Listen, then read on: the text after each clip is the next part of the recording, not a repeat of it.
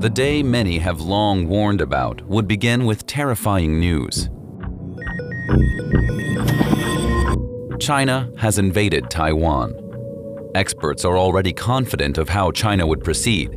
Taiwan's navy and air forces would be destroyed by bombing.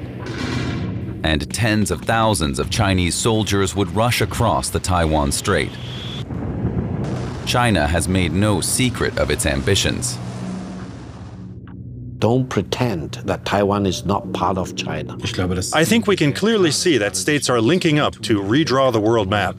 A war between Taiwan and China may seem very far away for Germans, but the consequences for the country would be catastrophic. We can be blackmailed, yes. We'd have supply shortages, mass unemployment. The market crash would hit both economies very hard. Few countries have made themselves so dependent upon China. This is when we, as Germans, have to ask ourselves, is this what we want? Germany has made itself vulnerable. Why? We wanted to find the causes and the answers in China, Germany, and Taiwan. Is there a way to end this dependency?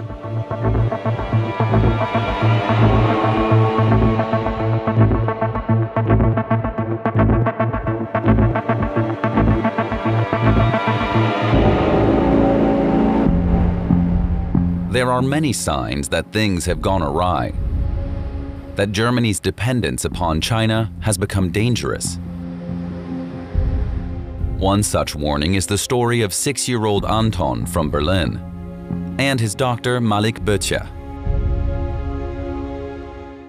He never really gets sick. When he had a cold or a fever, he'd still go to the playground.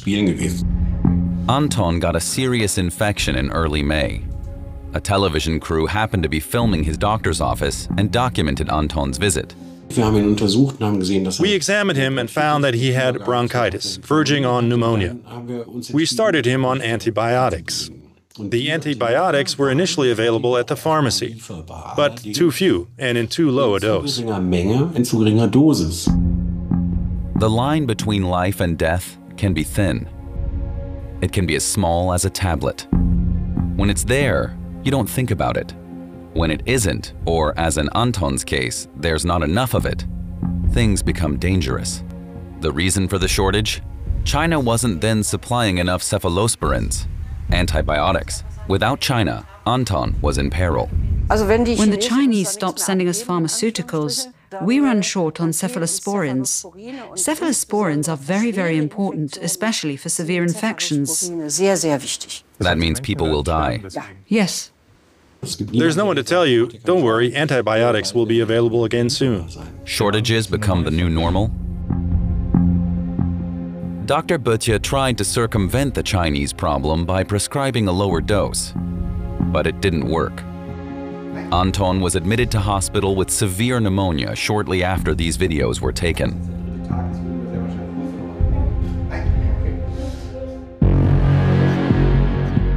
The dependency on China has been tolerated for years.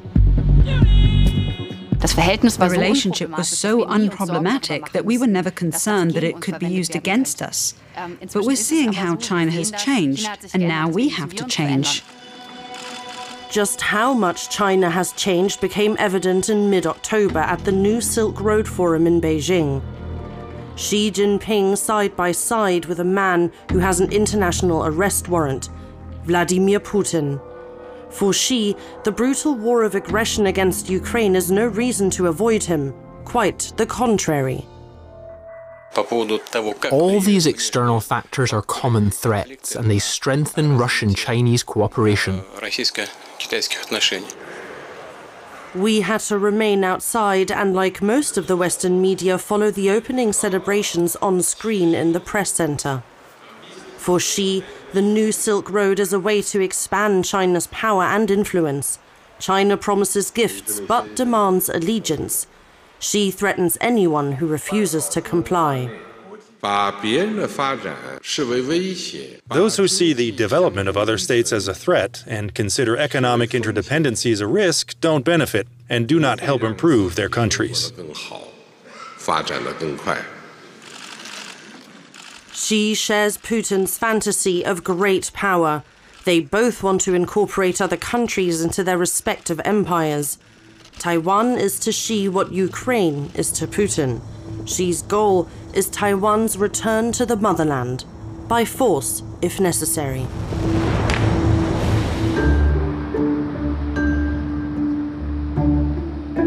Taipei's National Revolutionary Martyrs Shrine commemorates the victims of the Civil War, when Republican and Communist Chinese killed each other.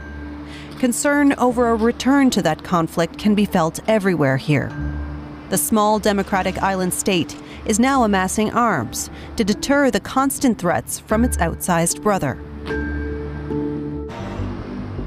The National Security Council greets us in Taiwan's presidential palace. Wellington Koo has the challenging task of protecting his island from China.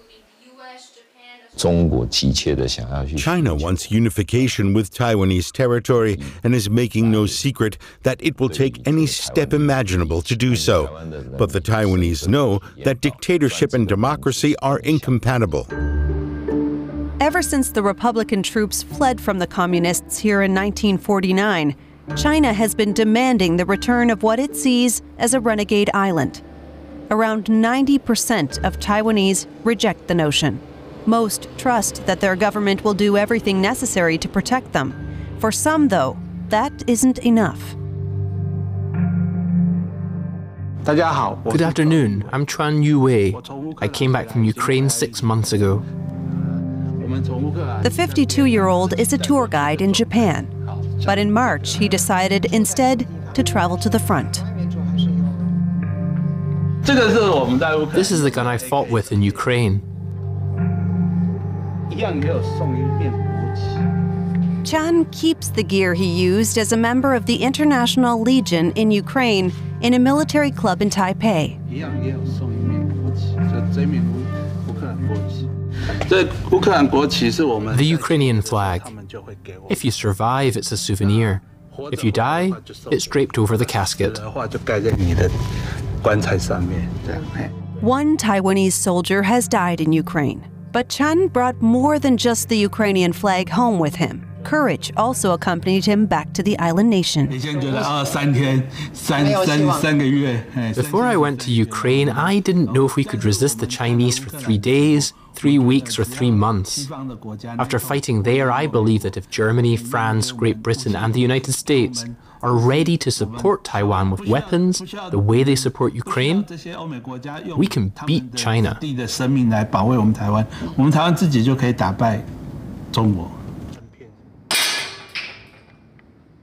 Chan is preparing for a return to the historic Civil War. Today, he's meeting with others who feel the same way. That all seems a long way away under the autumn sun in Munich. Volkswagen wants to show its best side during an automotive show. But something is different. Something casts a cloud over the industrial powerhouse. Volkswagen's electric cars are selling poorly in China, the world's biggest car market.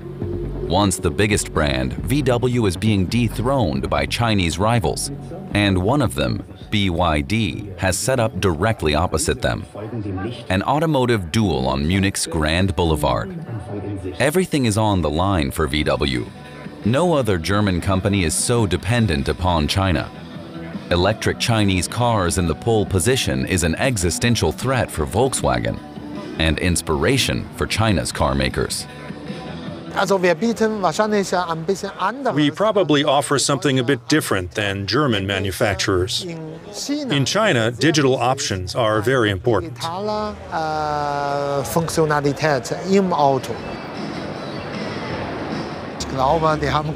I don't think they believed in electro-mobility at all. Volkswagen or GM, they were dominating. But what we see today is that Chinese car makers have over 60% of the market in electro-mobility. Peter Nota, at the time BMW's head of customer brands and sales, inspects China's e-cars. German arrogance towards Chinese models was once legendary. But now, managers are thronging to see the Chinese and the proof of their own shortcomings. Wolfgang Porsche, automotive heir and owner of VW, is here with VW CEO Oliver Blume. We are still the strongest car maker in China. It's crucial that we now succeed in the transformation to electromobility. If the Chinese say German cars are uncool, I'd rather buy a BYD, then VW will just get 20 or 30% of its profits from China. That would of course be a disaster for Wolfsburg. In the large exhibition hall in Munich, an alarmed who's who of German business moves into place. The Chancellor alongside the car magnate. Chancellor Scholz rushes to Munich to support the German car industry. The Chinese offensive is already damaging on this side of the world. German profits aren't what they once were, and when profits wane, so do jobs. The transformation of mobility is a big job, but it's a team effort. I've come here today as part of that team. That team is fighting a worthy opponent. China's e-cars are cheap because Beijing subsidizes them. Germany could retaliate with punitive tariffs across Europe. That's our China strategy. Create a level playing field and say if you protect your markets and provide subsidies, so will we. We demand equal opportunities for all and we won't be pushed off the playing field. But would Germany dare? Would Europe risk engaging in a trade conflict with China? Suddenly, the automotive conference becomes something else. Greenpeace activists crash the party. Bodyguards swarm around Scholz. While the activists decry climate change, it may be more than just the climate that's changing. Maybe an entire industry. Maybe the German economic model. Trade with China has long been a party.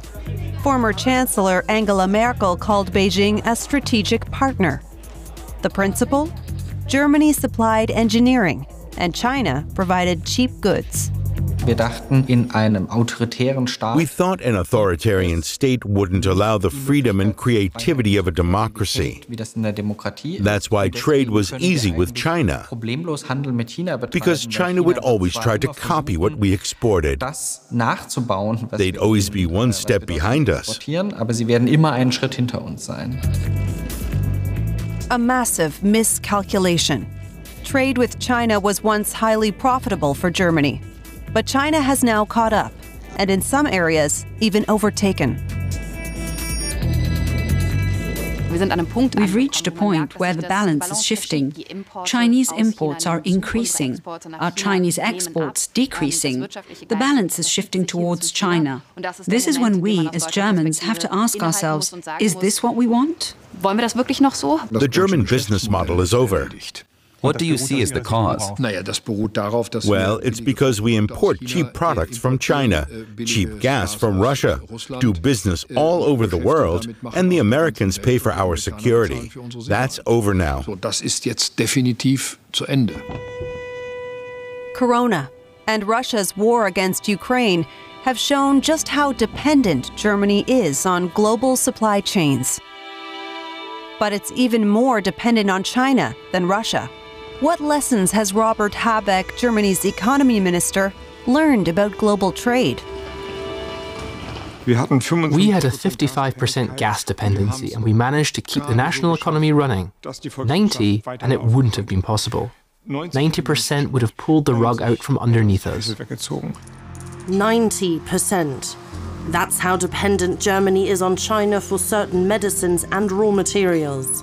If it comes to a conflict with Taiwan, ties between Germany and China will change overnight. A war of aggression would result in sanctions against China. The world's most important trade route would be cut. Between 1/3 and half of all global goods are shipped through the Taiwan Strait. None of that would arrive. We'd have supply shortages and face mass unemployment. The German government has created a new China strategy. The goal is de-risking. Less risk around China, less naivety. But what does that mean? How would it work? Taiwan has been hedging its bets with China for years. The ace up its sleeve? Computer chips. If Taiwan's foreign trade were interrupted, it would be a major disaster, not just for Taiwan, but for the whole world, because Taiwan produces 60% of the world's semiconductors. The Taiwan Semiconductor Manufacturing Company is one of the most important in the world. Its highly successful product even has its own museum and can be found in refrigerators, cars, and mobile devices around the globe.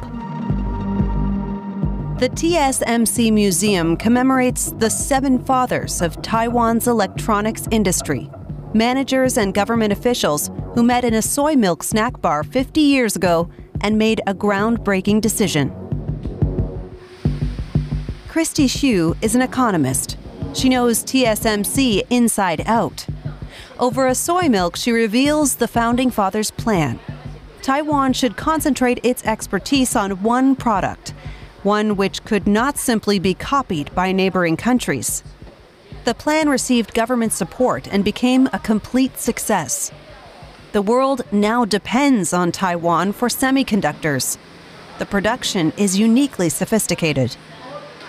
It's very ironic because even they want to take TSMC, it will be just a factory, just a building, because people, they have food, right? They can live, right? And most of the senior engineers in TSMC probably have green card, so they can live easily. And then there will be no way for that operation to continue. Neither China nor the rest of the world could weather a stop in the supply of semiconductors. China has to think twice before actually attacking Taiwan, and the international community would do anything to prevent a war with Taiwan.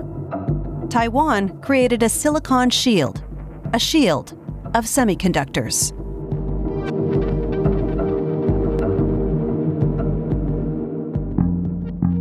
And Germany?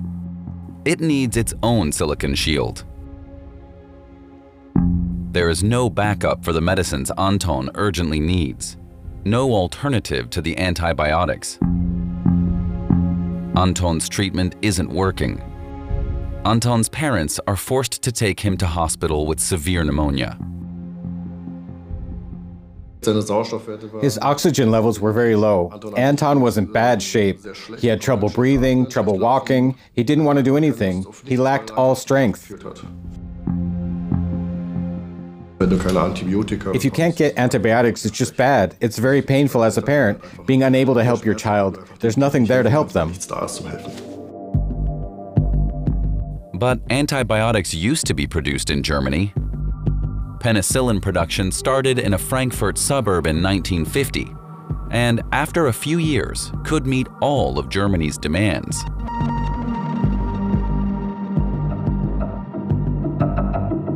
This medicine will save the lives of countless Germans in the years to come. Think about how much penicillin and cephalosporins were manufactured in Höchst from after the Second World War and into this millennium. At some point, the Chinese thought, we don't like that. We want the market to be dependent on us. They flooded the market with substances at dumping prices. That means that China made sure that production in Höchst ended? Yes. The Höchst facility is now just an industrial monument. Antibiotics haven't been produced here since 2017. Only the price mattered. Germany's dependence on China quickly became apparent. A boiler exploded in an antibiotics factory in eastern China in October 2016. Qilu produced piperacillin, an antibiotic, at the facility, and Germany quickly lacked the drug. Chinese manufacturers had won the supply war using extremely low prices. Cephalosporin production is now concentrated in just 3 large factories.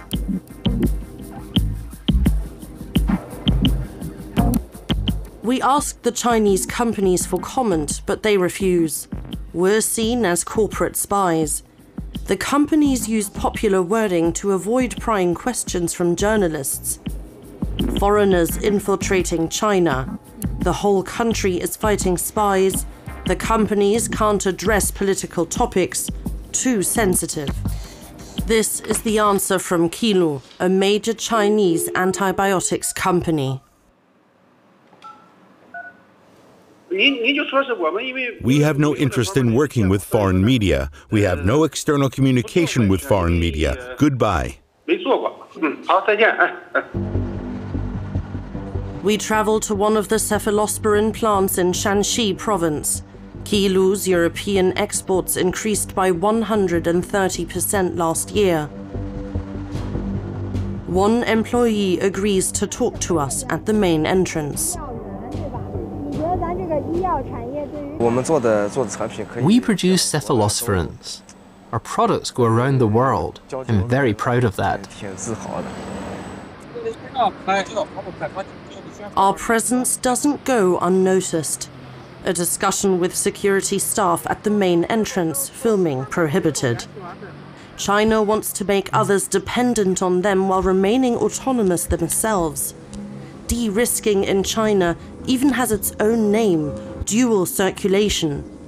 To prepare itself for a trade war, China wants to boost domestic consumption and reduce its own dependence upon exports. But German corporations are risking even more. Investments into China continue to grow. I believe that there are still some in the economy saying we just want to increase profits with China, but they're not also trying to minimize risks. Volkswagen wants to stay in the race and has invested 2.4 billion euros into a project with Horizon Robotics. The Chinese are the market leaders in self-driving cars. We want to offer the customer the best. We're just using the best local solutions. It's expensive. VW hopes its Chinese strategy will run as predictably as many of its cars. We'll have to replace the Chinese market eventually because our companies will no longer play the role they have for the last 20 years. Even less well-known companies are failing to adjust. Suppliers like Neue Zahnradwerk Leipzig and its 1,000 employees. Hubertus Bach built the company over the last 2 decades and added a plant in China 8 years ago. Volkswagen's Chinese problems have become his too. The best times are when my brain isn't working at night. Believe me, I have slept relatively little in recent years. This year too. His company traditionally produces parts for combustion engines. But with e-cars advancing, especially in China, can Bosch make the transition? And what will happen to Volkswagen, his most important customer? Will a struggling VW still need his products? Small and medium-sized automotive businesses are under extreme pressure, moving from the combustion engine to the electric car. Some certainly won't make it. Bosch currently has the feeling that he's okay. He only saw his Chinese colleagues on the screen during the pandemic, but in 2023, he can finally visit Tianjin again. He's nervous. We've accompanied Bosch before. Back in 2015, when he opened his 50 million euro Chinese factory. He used his passport then almost as often as his credit cards, as he commuted between 2 worlds. Attitudes were different about China.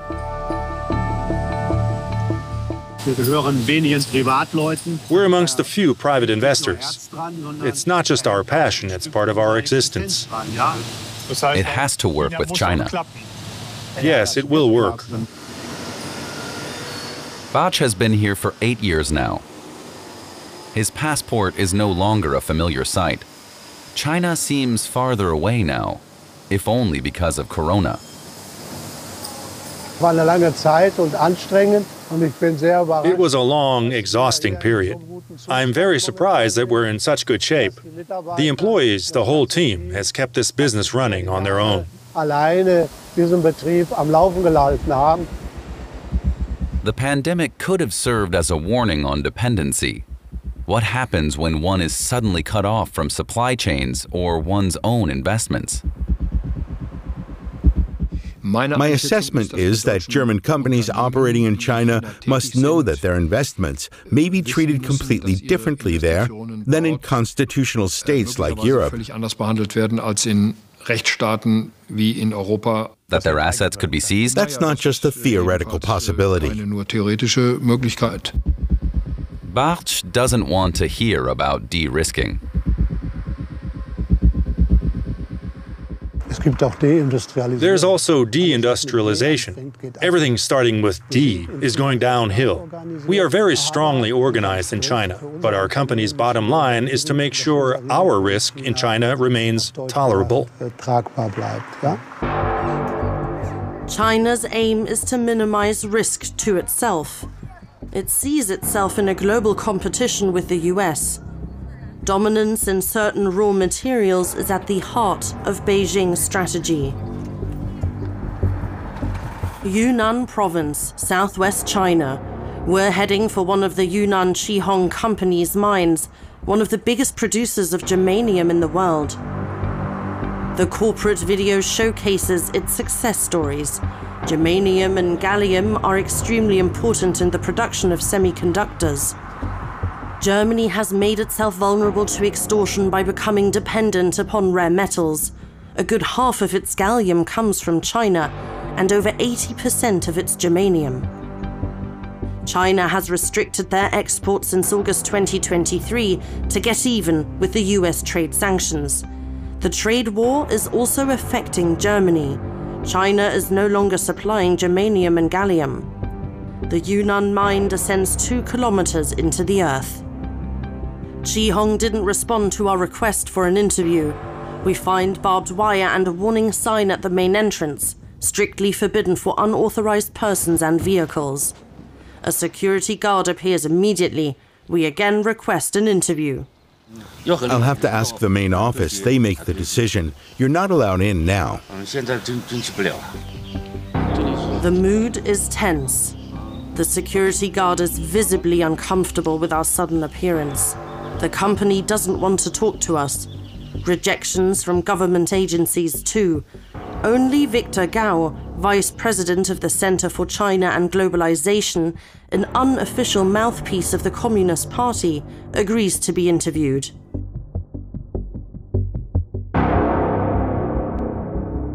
China has absolute dominance in rare earth and rare metals. And on China's sleeves, there are more than 2,000 cards to play.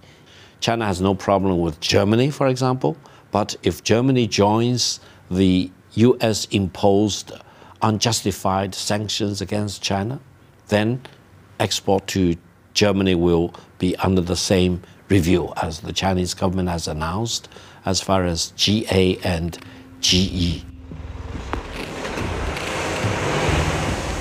Germany also used to produce gallium on its own, here in Stade near Hamburg.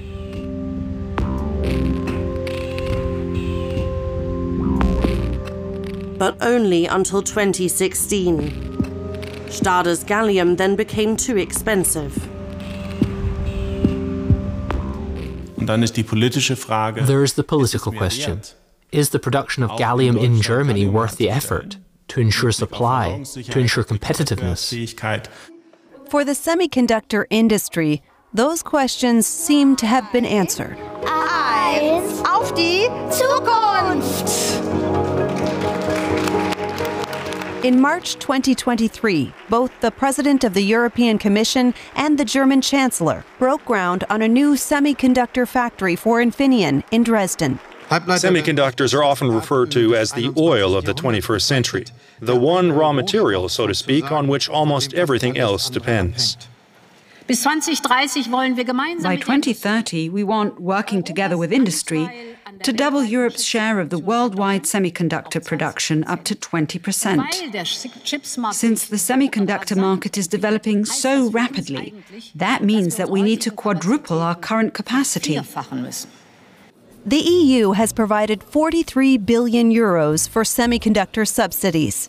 That also makes Dresden attractive to TSMC. Semiconductor companies would be foolish to ignore such generous public investment. TSMC had once invested significantly in China, but the semiconductor industry is now part of Taiwan's national security. We're thinking a lot about the economic security of semiconductor design. We respect the global position of the company, but Taiwan's lead in this industry must remain intact. Most modern production processes and research have to stay in Taiwan. These countries, which are recently all allies, everywhere they invest at the moment, are very close allies to Taiwan. Is that by chance? No, it's not a coincidence. That means we agreed to develop a global network. But to protect the supply chains, TSMC only goes to countries with similar values. Industrial policy, there and here. TSMC hopes to be producing semiconductors on this green meadow in Dresden beginning in 2027. The most advanced chips will still be made in Taiwan, but earlier generations will be made here to supply the European automotive industry. The Taiwanese want to invest 10 billion euros, about half of it subsidies. Money well spent for Germany? We're sort of lying to ourselves. The impact we're currently seeing in Europe will not fundamentally change the global industry over the next 10 years. Although the chip can be manufactured in Dresden, Germany remains dependent on Asia for rare metals, soldering, and packaging. Germany's economy minister disagrees. First of all, you have to start somewhere. Semiconductors will be everywhere soon. We would be well advised to produce at least part of what we consume ourselves. Sometimes I don't understand it myself. There are major concerns about Germany's attractiveness for industry. But when companies come here and build or want to build for the leading industry over the next few decades, there's criticism.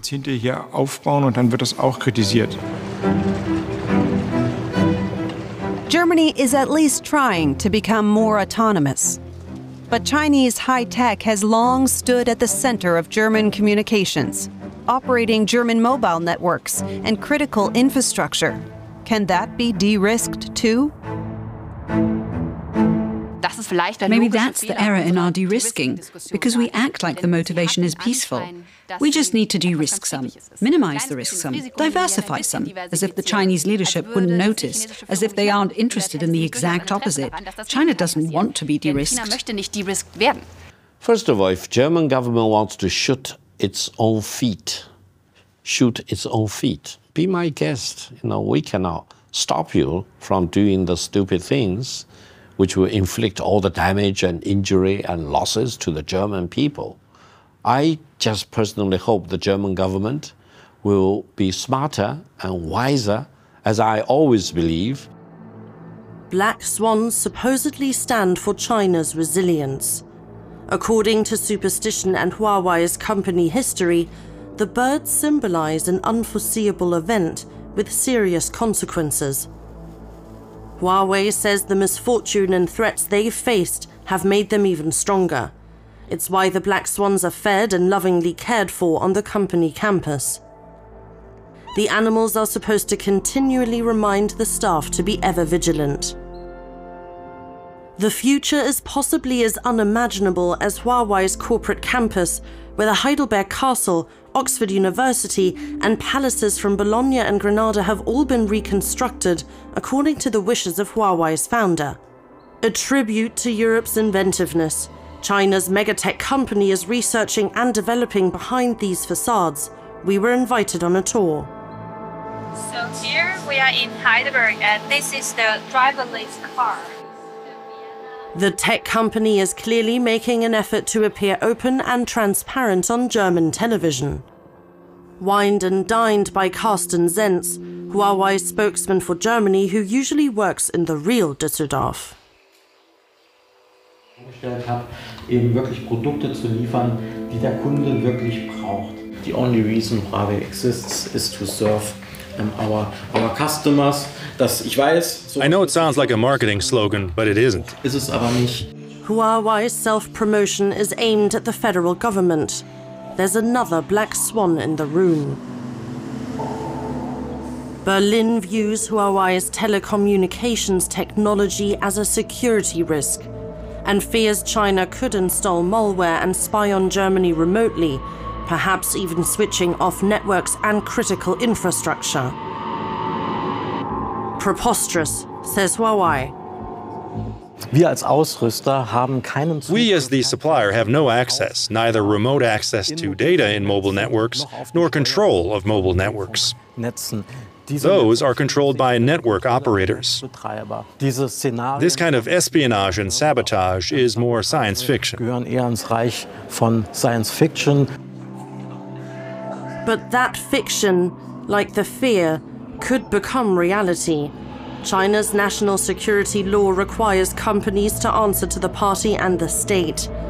The US has long since outlawed Huawei components. Banning Chinese technology in Germany could have a cooling effect throughout Europe. We do not want to lose any country as a customer, especially the biggest market in Europe, the German market. So if you can survive and excel in the German market, it means you can survive and excel in many other markets. German telephone companies are also concerned about possible restrictions, threatening to sue Berlin for damages. They're naively ignoring the security concerns. Like car makers, they just want relations with China to remain unchanged. The pressure on politicians is enormous. I myself have always made it very clear that risk minimization also means not including technology from China that makes our own infrastructure vulnerable. We have to have the self-confidence to say we won't let anyone pressure us. Which they apparently can. Germany is now seeking compromise. Only a small but significant part of the Huawei technology will be banned, with more transparency demanded from China. De-risking light. Germany's China strategy now lists the country as a partner, competitor, and systemic rival. In Taiwan, people are happy about anything that adds distance to China. It gives them hope that Germany would, in the event of a conflict, be steadfast on the side of democratic Taiwan.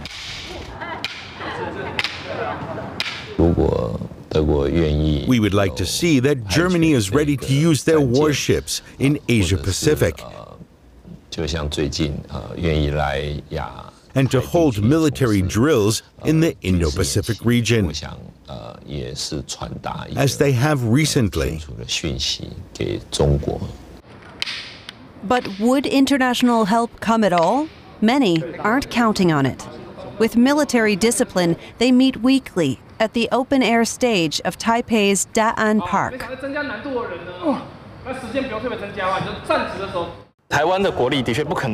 We're hoping we'll be able to demonstrate our determination to fight back. We can't expect other countries to help us if we don't show the will to do it ourselves. They may have forgotten their wooden rifles today, but not their enthusiasm. Self-defense groups now exist all over the country. Young Taiwanese no longer have an emotional tie to the People's Republic and want to be prepared for the worst case. Chan Yue is their star guest today. The man who fought in Ukraine last year is now lifting weights here today.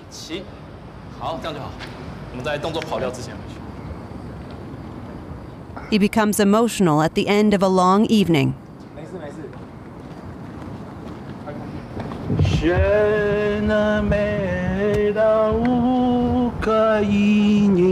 He's singing the Ukrainian national anthem.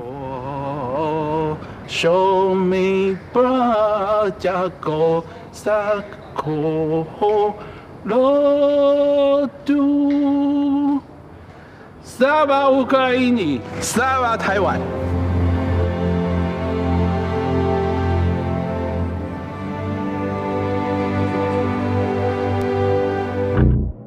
Whether China will really attack Taiwan can't be known, but Taiwan is preparing for it.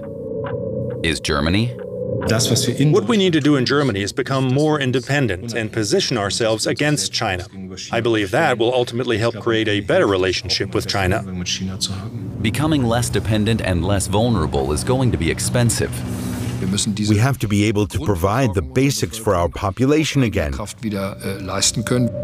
Germany isn't simply at China's mercy. China needs the European market too, and China also needs European imports. In Berlin, Anton and his father are back at the doctor's. Fischer-Kubacki family, please. Anton recovered in the hospital. His lungs are healthy again. I'm so glad this didn't end differently, but you don't want to ever be in a situation like this again. It causes frustration and anger that it could even come to this. Do you still remember what it was like when you had to go into the hospital? Yes, even for one night. I didn't want to go to the hospital. How are you doing today? Gut. For Anton, things have turned out for the best. Dr. Butya is now stockpiling medications that his patients no longer need. Should things become scarce again, he might have something in the cupboard. Vulnerabilities sometimes only become apparent when something happens, like with Anton. Moments when a turbulent world crashes into the life of a 6-year-old. But dependence is not a matter of fate. We create our dependencies and can reduce them, if we want.